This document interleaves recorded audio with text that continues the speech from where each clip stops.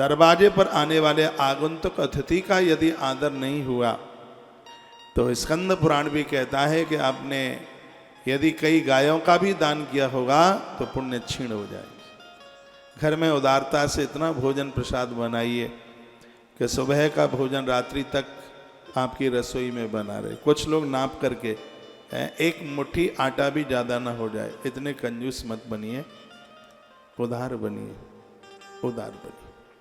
बड़ी अद्भुत यह कथा है। भगवान ने खड़े होकर आदर किया। सत्राजित काका जी को बैठने को जगह थी और कृष्ण पूछने लगे, काका आप कैसे हैं? सत्राजित ने कहा, सत्राजित अभिमान के साथ बोले, आप भजन करते हैं अच्छी बात है, आप तप करते हैं अच्छी बात है, आप व्रत करते हैं अच्छी बात है, लेकिन भजन का अभिमान आ जावे, सत्कर्म का अभिमान आ जाए तो ठीक नहीं है। सत्राजित ने कहा, हम शौर्य के भगत हैं, हमारे पास एक ऐसी मणि है जो रोजाना सोना देती है, 8 भार सोना रोज देती है। एक भार में 4 पसेरी सोना होता है। 4 पसेरी जानते हैं? पुरानी भाषा है। 4 पसेरी का मतलब है आधा मन। आधा मन का मतलब है 20 किलो, 20 केजी, 20 किलो सोना, 160 केजी सोना नित्य ही है मणि देती है, और ये सूर्यदेव ने मुझे दी है। भगवान ने कहा, काका यदि कोई चीज़ अपनी ज़रूरत से ज़्यादा होती है तो विनाशकारी हो जाती है, इसलिए क्यों नहीं। देखो कितनी सुंदर बात भगवान बोले हैं, यदि किसी वस्तु का संग्रह किया जाएगा, अपनी ज़रूरत से ज़्यादा है तो अपने लिए बिल्कुल शुभ नहीं है। इसलिए तुम इस मणि को द्वारका के राजकोष में रख दो, जिससे प्रजा का ठीक से पालन होता रहेगा। तो सत्राजित ने मना कर दिया, कहा नहीं ऐसा कभी नहीं होगा, वो नहीं हो सकता कभी, तप हमने किया है और वो कभी नहीं हो सकता। भगवान नहीं कुछ बोले। और याद रखना, जो वस्तु ईश्वर के काम नहीं आएगी, भगवान के काम नहीं आएगी, वो वस्तु जानलेवा हो जाएगी। इसी संदर्भ में इसी कथा को कहा जा रहा है। भगवान को तो मणि मिली नहीं, लेकिन जब उसके भाई ने से मांगा था, सत्राजितो भ्राता प्रसन्नो नाम करिए चत, ये कथा भागवत में भी है, लेकिन देवी भागवत में जो कथा है बहुत विस्तार पूर्वक है। प्रमुख रूप से कथा देवी भागवत की ही है। भागवत जी में तो वह एक परीक्षित राजा को मुक्ति के लिए कथा में रखती है, वैसे कथा देवी भागवत की है। कंठे बद्धा मणिम सद्यो यह मारुये सेंधवम, कंठ में मणि धारण करता हुआ प्रसेन, जो कि सत्राजित का भाई है, वन में गया तो जंगल में यह हुआ कि मृग्यार्थम वनम यासात रीक्षा या मृगाधिपा, पहले तो प्रसेनम सही हत्वा सिंहो जगरायतम मणि में, एक सिंह ने उसे मार डाला। प्रसेन को एक शेर ने, जंगली जानवर ने, जंगली पशु ने उसे मार डाला। ये वही मणि है जो भगवान के काम नहीं आई, एक की मृत्यु हो गई। जो चीज भगवान के काम नहीं आएगी वो हमारे लिए कभी शुभ हो ही नहीं सकती।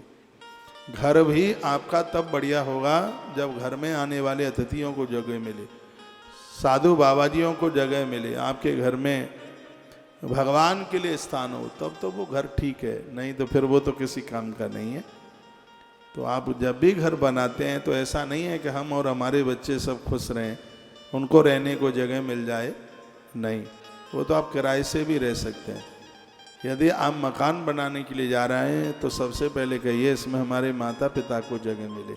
द्वारका का निर्माण भगवान कृष्ण ने कराया, तो सबसे पहले मैप में, नक्शे में श्री विश्वकर्मा जी को भगवान बोले एक ऐसी जगह बनाइए जहाँ पर मेरी माँ यशोदा, मेरी माँ देवकी, नंद बाबा और मेरे पिताजी वसुदेव जी, फिर मेरे नाना जी हैं उग्रसेन, बहुत आनंद के साथ रह सकें, उनके लिए ऐसा स्थान बनाइए।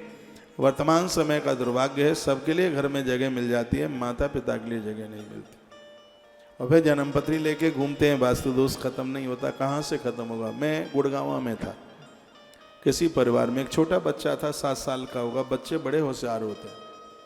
मैंने ऐसे इस बच्चे को पूछ लिया, बेटा बड़े होके क्या बनोगे? तो उसने कहा इंजीनियर बनूंगा। मैंने कहा बेटा इंजीनियर बन के क्या करोगे? उसने कहा गुड़गांव में फ्लैट खरीदूंगा। वो बच्चा बोला, छोटा सा ही था। मैंने ऐसे ही पूछ लिया, बेटा फ्लैट में किसको रखेगा? बोलता है मैं रहूँगा, मेरी पत्नी रहेगी और मेरे 2 बच्चे रहेंगे। तो वो बच्चा बोला। मैंने कहा बेटा तुम्हारे मम्मी पापा नहीं रहेंगे? कहा इनको नहीं रखूँगा। वो माता पिता पास में ही थे।